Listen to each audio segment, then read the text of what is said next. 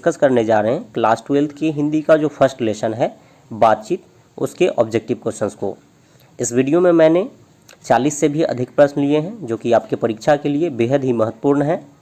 आप वीडियो के अंत तक बने रहेंगे। इस वीडियो को देखने के बाद आपको किसी भी अन्य वीडियो को देखने की ज़रूरत नहीं पड़ेगी और ना ही किसी किताब को पढ़ने की ज़रूरत पड़ेगी। तो चलिए आइए वीडियो को शुरू करते हैं।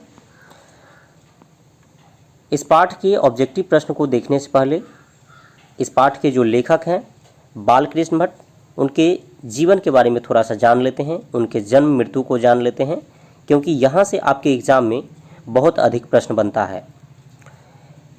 इस पाठ के जो लेखक हैं बालकृष्ण भट्ट, इनका जन्म हुआ था 23 जून 1844 को इलाहाबाद में, जिसे अभी प्रयागराज भी कहा जाता है, और इनकी मृत्यु हुई थी 20 जुलाई 1914 को। इनका अस्थायी निवास स्थान था इलाहाबाद, जो कि उत्तर प्रदेश में पड़ता है। यदि पूछा जाए कि बालकृष्ण भट्ट किस युग के साहित्यकार थे, तो ये भारतेंदु युग के थे। यदि काल के बारे में पूछा जाए आपसे कि ये किस काल के लेखक थे, तो आधुनिक काल इसका आंसर होगा। ये मैंने थोड़ा सा ब्रीफ इंट्रोडक्शन दिया है इनके बारे में, और अधिक जानने के लिए इस पाठ का जो समरी का वीडियो है आप उसे देखेंगे। मैंने पूरे डिटेल में बताया है। यहाँ मैंने उतना ही बताया है जितना आपके ऑब्जेक्टिव में पूछा जाता है। तो चलिए आइए अब देखते हैं इस पाठ का ऑब्जेक्टिव। पहला क्वेश्चन आपसे पूछा गया है, बातचीत शीर्षक निबंध के निबंधकार कौन है। तो जैसा कि हम लोगों ने ऊपर देखा है अभी कि बातचीत शीर्षक निबंध जो है ये लिखा गया है बालकृष्ण भट्ट के द्वारा, तो इसका राइट आंसर हो जाएगा option D, Balkrishna Bhatt. Next है आपका क्वेश्चन नंबर 2 में आपसे पूछा गया है, बातचीत शीर्षक पाठ साहित्य की कौन सी विधा है। देखिए, साहित्य की विधा का अर्थ होता है कि इसका प्रकार क्या है, ये कहानी है, कविता है, निबंध है, ये क्या है। तो बातचीत जो है एक ललित निबंध है, यानी निबंध ही है जिसमें बातचीत के शैली के बारे में बताया गया है। तो इसका राइट आंसर हो जाएगा ऑप्शन डी। नेक्स्ट है आपका क्वेश्चन नंबर 3 में आपसे पूछा गया है, बालकृष्ण भट्ट किस युग के निबंधकार थे। तो ये प्रश्न हम लोगों ने ऊपर देखा है अभी कि बालकृष्ण भट्ट के बारे में पूछा जाए कि किस युग के निबंधकार थे, तो ये थे भारतेंदु युग के। तो इसका राइट आंसर हो जाएगा ऑप्शन बी, भारतेंदु युग। नेक्स्ट है आपका क्वेश्चन नंबर 4। क्वेश्चन नंबर 4 में आपसे पूछा गया है, बालकृष्ण किस काल के रचनाकार हैं। तो ये आधुनिक काल के रचनाकार हैं। इसका राइट आंसर हो जाएगा ऑप्शन डी।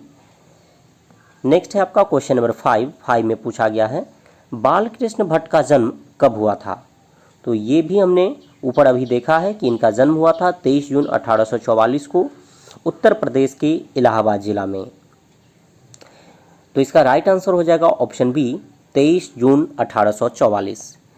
नेक्स्ट है आपका क्वेश्चन नंबर 6 में पूछा गया है, बालकृष्ण भट्ट के पिताजी का नाम क्या था। तो दोस्तों, बालकृष्ण भट्ट के पिताजी का नाम था बेनी प्रसाद भट्ट और इनकी माँ का नाम था पार्वती देवी। तो बेनी प्रसाद भट्ट आपका दिया हुआ है ऑप्शन सी में। इसका राइट आंसर हो जाएगा आपका option C, Beni Prasad Bhatt. Next है क्वेश्चन नंबर 7, बालकृष्ण भट्ट की माताजी का नाम क्या था। तो इसका राइट आंसर हो जाएगा ऑप्शन सी, पार्वती देवी। क्वेश्चन नंबर 8 में आपसे पूछा गया है, बालकृष्ण भट्ट का निवास स्थान कहाँ था।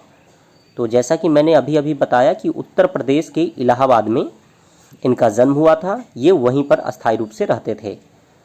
तो यहाँ पर ऑप्शन बी में दिया हुआ आपका इलाहाबाद उत्तर प्रदेश, ऑप्शन बी इसका राइट आंसर हो जाएगा। आप एक बात याद रखेंगे कि इलाहाबाद का नाम बदलकर अभी प्रयागराज रख दिया गया। तो हो सकता है कि आपके एग्ज़ाम में अगर प्रश्न पूछा जाए तो इलाहाबाद ना हो करके वहाँ पर प्रयागराज लिखा रहेगा। तो प्रयागराज भी रहे तो आप उसे ही टिक करेंगे। अगर प्रयागराज रहा तो इलाहाबाद नहीं रहेगा, इलाहाबाद रहेगा तो प्रयागराज नहीं रहेगा। तो इसका राइट आंसर हो गया ऑप्शन बी। नेक्स्ट है क्वेश्चन नंबर 9 में आपसे पूछा गया है, बालकृष्ण भट्ट का निधन कब हुआ था। तो देखिए, हम लोगों ने ऊपर देखा है कि इनका निधन हुआ था 20 जुलाई 1914 को। इसका राइट आंसर हो जाएगा ऑप्शन डी। क्वेश्चन नंबर 10 देखेंगे। 10 में पूछा गया आपसे, बालकृष्ण भट्ट में पढ़ने की अभिरुचि किसने जगाई थी। देखिए, बचपन में इन्हें पढ़ाई लिखाई में कोई विशेष रुचि नहीं थी, तो इनकी माँ जो थी पार्वती देवी, उन्होंने इनमें पढ़ने लिखने की अभिरुचि जगाई, यानी इंटरेस्ट को बढ़ाया। तो इसका राइट आंसर हो जाएगा ऑप्शन ए, माता पार्वती। नेक्स्ट है आपका क्वेश्चन नंबर 11। 11 में आपसे पूछा गया है बालकृष्ण भट्ट ने लगभग कितने निबंध लिखे थे। तो देखिए लगभग में आपसे पूछा जा रहा है, और जब भी लगभग का आंसर आपको देना हो तो आप सीधा सीधा आंसर को चुनेंगे, यानी कि यहाँ पर सीधा सीधा जो आंसर है वो आपका ऑप्शन ए है 1000। बालकृष्ण भट्ट ने लगभग 1000 निबंध लिखे थे, और ये जो 1001, 1002, 1004 ये लगभग में इस तरह का ऑप्शन नहीं लिया जाता है, तो लगभग में क्या होगा आपका 1000 आंसर हो जाएगा। नेक्स्ट है आपका क्वेश्चन नंबर 12।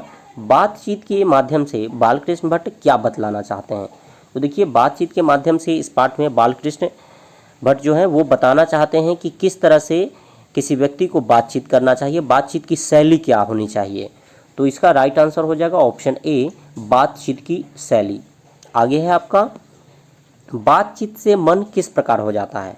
तो देखिए जब हमारे अंदर कोई दुख हो, कोई परेशानी हो, तो हम किसी से बातचीत कर लेते हैं, तो उससे क्या होता है हमारी परेशानी दूर हो जाती है, यानी कि मन जो है वो हल्का हो जाता है, स्वच्छ हो जाता है। तो इसका राइट आंसर हो जाएगा ऑप्शन बी, हल्का और स्वच्छ। आगे देखते हैं क्वेश्चन नंबर 14। 14 में आपसे पूछा गया है किसके न होने से सृष्टि गूंगी प्रतीत होती है। तो देखिए यदि हमें वाक शक्ति न हो, यानी हमें बोलने की क्षमता न हो, तो संपूर्ण विश्व क्या हो जाएगा, गूंगी हो जाएगी, और सभी लोग इधर उधर लुंज पुंज अवस्था में बैठे होंगे, किसी का हालचाल कोई नहीं जान पाएगा, क्योंकि हमें वाक शक्ति ही नहीं रहेगी। ऐसा मैंने इसके सारांश में भी बताया है, आप सारांश का वीडियो ज़रूर देखेंगे, उसका लिंक मैंने डिस्क्रिप्शन बॉक्स में दे दिया है। किसी भी पाठ की तैयारी के लिए आप 3 वीडियो देखेंगे, एक ऑब्जेक्टिव का, एक समरी यानी सारांश का, और एक सब्जेक्टिव क्वेश्चंस का। अगर आप किसी भी लेसन की तैयारी के लिए हमारे चैनल पर 3 वीडियो को देख लेते हैं तो आपकी तैयारी उस पाठ की संपूर्ण हो जाएगी। ऐसा कभी नहीं होगा कि कोई प्रश्न उस पाठ से आपसे पूछा जाए और वो प्रश्न आपसे न बने। तो यहाँ पर दोस्तों क्या आंसर हो जाएगा, ऑप्शन सी, वाक शक्ति। नेक्स्ट है आपका क्वेश्चन नंबर 15। मनुष्य के बातचीत का उत्तम तरीका क्या है। तो देखिए मनुष्य के बातचीत का उत्तम तरीका बालकृष्ण भट्ट ने बताया है कि स्वयं से बात करना चाहिए, यानी कि आत्मीयता से बात करना चाहिए। तो ऑप्शन डी इसका राइट आंसर हो जाएगा। आप इसके समरी का वीडियो ज़रूर देखेंगे, आपको सारा कॉन्सेप्ट क्लियर हो जाएगा इस पाठ में क्या बातचीत हो रही है, किस विषय में इस निबंध को लिखा गया है, इस संपूर्ण पाठ में क्या चल रहा है, इसको जानना है तो आप इसके समरी को ज़रूर देखेंगे। और समरी आपके एग्ज़ाम में भी पूछा जाता है, वहाँ पर आपको क्वेश्चन दिया जा सकता है कि बातचीत शीर्षक पाठ का सारांश लिखे, तो इस तरह का क्वेश्चन भी आपका 5 नंबर का आता है। तो समरी का वीडियो आप ज़रूर देखेंगे, 5 नंबर का जो क्वेश्चन है उसका भी तैयारी हो जाएगा और पूरे पाठ को भी आप समझ जाएंगे। आगे है क्वेश्चन नंबर 16 में, संवाद में सबसे महत्वपूर्ण क्या है। तो देखिए संवाद में सबसे महत्वपूर्ण होता है आपका आत्मीयता, यानी आत्मा से संवाद करना, यानी आत्मा से मन लगा करके बातचीत करना। ऐसा नहीं कि बातचीत कर रहे हैं और मोबाइल को टिप रहे हैं, कहीं पर और देख रहे हैं। तो बातचीत में यानी संवाद में जो है वो आत्मीयता जो है वो महत्वपूर्ण है। सबसे महत्वपूर्ण क्या है, आत्मीयता। ऑप्शन सी इसका। क्वेश्चन नंबर 17 में आपसे पूछा गया है 100 अजान एक सुजान उपन्यास के लेखक कौन है। तो दोस्तों ये जो उपन्यास है ये लिखा गया है बालकृष्ण भट्ट के द्वारा ही, तो इसका राइट आंसर हो जाएगा option C, Balkrishna Bhatt. Next है आपका क्वेश्चन नंबर 18। 18 में पूछा गया है कौन सी रचना बालकृष्ण भट्ट की नहीं है। तो नूतन ब्रह्मचारी ये उन्हीं की रचना है, 100 अजान एक सुजान ये भी उन्हीं की रचना है, सद्भाव का भाव ये उन्हीं के द्वारा लिखा गया है, संयोगिता स्वयंवर ये भी उन्हीं के द्वारा, ये उनके द्वारा नहीं लिखा गया है, ये श्रीनिवास दास के द्वारा लिखा गया है। तो इसका राइट आंसर हो जाएगा ऑप्शन डी, संयोगिता स्वयंवर। नेक्स्ट है आपका क्वेश्चन नंबर 19। 4 या 4 से अधिक लोगों, यहाँ पर लोगो होगा, पीडीएफ में मैं इसे सुधार दूंगा। अगर आप इसका पीडीएफ डाउनलोड करना चाहते हैं तो डिस्क्रिप्शन बॉक्स में टेलीग्राम का लिंक दिया हुआ है, आप वहां से टेलीग्राम चैनल ज्वाइन कर लेंगे और इसके पीडीएफ को भी डाउनलोड कर लेंगे तो अच्छा रहेगा, ताकि एग्ज़ाम टाइम में आपका कम समय में रिवीजन हो सके। आप चाहे तो पीडीएफ को प्रिंट आउट भी करवा सकते हैं। तो यहाँ पर क्या है, ये थोड़ा सा मिस टाइपिंग हो गया है, तो इसे मैं सुधार दूंगा पीडीएफ में। 4 या 4 से अधिक लोगों के बातचीत को क्या कहा जाता है। तो देखिए इस पाठ में बताया गया है, बालकृष्ण भट्ट बताते हैं कि जब 4 या 4 से अधिक लोग रहते हैं तो उनमें जब बातचीत होती है तो काम की बातें नहीं होती है, इधर उधर की बातें होती है, और इस तरह के बातचीत को कहा जाता है राम रमवल। तो ऑप्शन ए इसका राइट आंसर हो जाएगा। नेक्स्ट है आपका क्वेश्चन नंबर 20, कौन सी रचना बाल कृष्ण भट्ट की है? तो रेल का विकट खेल ये उन्हीं की है। कछुआ धर्म ये उनकी नहीं है।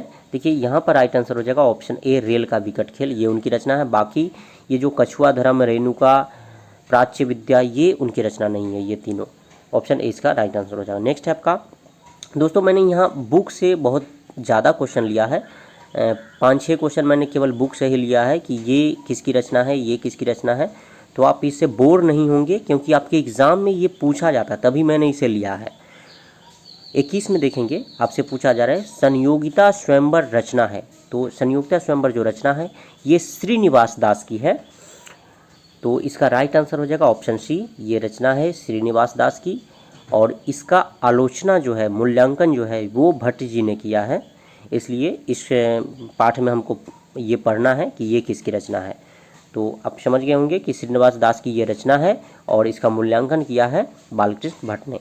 नेक्स्ट है आपका क्वेश्चन नंबर 22, बालकृष्ण ने हिंदी प्रदीप नामक मासिक पत्रिका निकालना कब प्रारंभ किया था? तो बालकृष्ण भट्ट जो है वो एक मासिक पत्रिका निकालते हैं हिंदी प्रदीप के नाम से, और ये निकालते हैं 1877 में, और लगभग 33 वर्षों तक ये प्रकाशित होती है। तो इसका राइट आंसर हो जाएगा ऑप्शन ए। आगे आपका पूछा गया है कि ये कितने वर्षों तक प्रकाशित हुआ था, तो ये हुआ था 33 वर्ष। हिंदी प्रदीप कितने वर्ष तक प्रकाशित हुआ था? तो ये हुआ था 33 वर्ष। ऑप्शन सी इसका राइट आंसर हो जाएगा। नेक्स्ट है आपका क्वेश्चन नंबर 24 में आपसे पूछा गया है बालकृष्ण भट्ट ने किस पत्रिका का संपादन किया था? तो अभी हम लोगों ने देखा ऊपर कि हिंदी प्रदीप, तो ऑप्शन सी इसका राइट आंसर हो जाएगा। नेक्स्ट है आपका 25 में, कौन सी रचना बालकृष्ण भट्ट द्वारा रचित नहीं है? तो देखिए यहाँ पर जो दिया हुआ है आपका मेघदूतम, ये बालकृष्ण भट्ट के द्वारा नहीं लिखा गया है। बाकी अन्य जो है वेनी संहार, पद्मावती, मेघनाथ वध, ये सब बालकृष्ण भट्ट ने लिखा है, इन पर पुस्तक लिखा हुआ है बालकृष्ण भट्ट के द्वारा। मेघदूतम पर नहीं लिखा गया है। नेक्स्ट है आपका, कौन सा उपन्यास बालकृष्ण भट्ट द्वारा रचित है? तो देखिए यहाँ पर आपका दिया हुआ है मैला आंचल, तो ये तो है नहीं उनके द्वारा लिखा हुआ। गबन, ये भी उनके द्वारा नहीं लिखा हुआ है। मैला आंचल मैथिली शरण गुप्त का लिखा हुआ है। गबन आपका मुंशी प्रेमचंद का लिखा हुआ है। 100 अजान एक सुजान, ये लिखा गया है आपका बालकृष्ण भट्ट के द्वारा। तो ऑप्शन सी इसका राइट आंसर हो जाएगा। नेक्स्ट है आपका 27 में, नाटक के प्रारंभ में होने वाले मंगल पाठ को क्या कहा जाता है? तो देखिए किसी भी नाटक के शुरू में जो मंगल पाठ होता है उसको नांदी पाठ कहा जाता है। आपके बुक में ये दिया हुआ है। ऑप्शन बी इसका राइट आंसर हो जाएगा। नेक्स्ट है आपका क्वेश्चन नंबर 28, रॉबिन्सन क्रूसो को कब तक मनुष्य का मुख देखने को नहीं मिला था? तो देखिए ये एक व्यक्ति थे रॉबिन्सन क्रूसो, जिनको 16 वर्षों तक मनुष्य से भेंट नहीं करने दिया गया था। तो यहाँ पर राइट आंसर हो जाएगा ऑप्शन सी। और 16 वर्षों के बाद इनकी मुलाकात एक मनुष्य से हुई, और क्या हुआ कि इनमें जब मनुष्य को देखते हैं, मनुष्य की आवाज़ को सुनते हैं, तो ये मनुष्य की तरह ही बनने का प्रयास करते हैं। इस चीज़ को बताया गया आपके पाठ में। तो ऑप्शन सी इसका राइट आंसर हो जाएगा 16 वर्ष तक। जब तक ये मनुष्य से नहीं मिले होते हैं, इनकी जो क्रिया रहती है वो पशुओं के समान रहती है। ये पशुओं के बीच में ही रहे होते हैं, जंगलों में। नेक्स्ट आपका 29, बातचीत से ही मनुष्य के गुण दोष का पता चलता है, यह किसका मत है? तो देखिए बातचीत से मनुष्य के गुण दोष का पता चलता है, बातचीत से ही मनुष्य के असली रूप का साक्षात्कार होता है, ऐसा कहा है बेन जॉनसन ने। ऑप्शन बी इसका राइट आंसर हो जाएगा। नेक्स्ट है आपका, असल बातचीत सिर्फ 2 व्यक्तियों में ही हो सकती है, यह किसका मत है? तो ये एडिसन का मत है। ऑप्शन ए इसका राइट आंसर है। दोस्तों यहाँ पर व्यक्तियों जो लिखा गया है वो आपको गलत लग रहा होगा। इसका कारण है कि मेरे पास जो PDF लिखने का जो सॉफ्टवेयर है उसमें इसी तरह से आपका आ रहा है। मैं इसे अपडेट कर लूँगा तो ये ठीक हो जाएगा, तो आप थोड़ा मैनेज करेंगे इस वीडियो में। नेक्स्ट है आपका 31 में, बातचीत से मन किस प्रकार हो जाता है? तो बातचीत से मन हो जाता है आपका हल्का, ठीक है। तो इसका राइट आंसर हो जाएगा ऑप्शन सी, हल्का और स्वच्छ। नेक्स्ट है आपका 32 में, किसके न होने से सृष्टि गूंगी प्रतीत होगी? तो वाक शक्ति। ऑप्शन बी इसका राइट आंसर हो जाएगा। नेक्स्ट है आपका आर्ट ऑफ कन्वर्सेशन कहाँ के लोगों में सर्वाधिक प्रचलित होती है? तो ये आर्ट ऑफ कन्वर्सेशन जो है ये यूरोप के लोगों में सर्वाधिक प्रचलित होती है। यूरोप के लोग जो होते हैं वो अच्छे से बातचीत करना जानते हैं। ऑप्शन सी इसका राइट आंसर हो जाएगा। नेक्स्ट है आपका क्वेश्चन नंबर 34, बालकृष्ण किस काल के रचनाकार हैं? तो ये आधुनिक काल के रचनाकार माने जाते हैं। ऑप्शन डी इसका राइट आंसर हो जाएगा। नेक्स्ट है आपका भट्ट जी को किसने अंग्रेजी साहित्य के एडिशन और स्टील के श्रेणी में रखा है? तो भट्ट जी को एडिशन और स्टील्स जो तुलना किए हैं वो हैं आचार्य रामचंद्र शुक्ल। ऑप्शन बी इसका राइट आंसर हो जाएगा। नेक्स्ट है आपका 36 में खाली जगह को भरे, अनेक प्रकार की शक्तियाँ जो वरदान की भांति ईश्वर ने मनुष्य को दी है उनमें से एक कौन है? तो वो है वाक शक्ति। वाक शक्ति ये क्या है? वरदान है मनुष्य के लिए। नेक्स्ट है आपका 37, किस पाठ में आया है? सच है जब तक मनुष्य बोलता नहीं तब तक उसका गुण दोष प्रकट नहीं होता है। तो ये इसी पाठ में आया है, यानी कि बातचीत में आया है। ऑप्शन ए इसका राइट आंसर हो जाएगा। 38 में आपका किस पाठ में आया है? हमारी भीतरी मनोवृत्ति प्रतिक्षण नए नए रंग दिखाती है। तो ये इसी पाठ की पंक्तियां हैं। ऑप्शन ए इसका राइट आंसर हो जाएगा। आगे है आपका 39 में भट्ट निबंध माला के लेखक कौन है? तो ये बालकृष्ण भट्ट का लिखा हुआ है। ऑप्शन डी इसका राइट आंसर हो जाएगा। क्वेश्चन नंबर 40 में आपसे पूछा गया है श्रीनिवास द्वारा रचित संयोगिता स्वयंवर की आलोचना किस लेखक ने की है? तो ये किया गया है बालकृष्ण भट्ट के द्वारा। तो ऑप्शन डी इसका राइट आंसर हो जाएगा। नेक्स्ट है आपका जो कि आज का लास्ट क्वेश्चन है, नूतन ब्रह्मचारी उपन्यास किसकी रचना है? तो ये रचना है बालकृष्ण भट्ट की। तो ऑप्शन डी इसका राइट आंसर हो जाएगा। तो दोस्तों आज की वीडियो में बस इतना ही था। वीडियो कैसी लगी आप कमेंट करके ज़रूर बताएंगे और इस वीडियो को अपने दोस्तों में ज़रूर शेयर करेंगे ताकि मुझे और भी वीडियो बनाने का मोटिवेशन मिलता रहे। तो मिलते हैं अगले वीडियो में, तब तक जय हिंद, जय भारत, जय बिहार।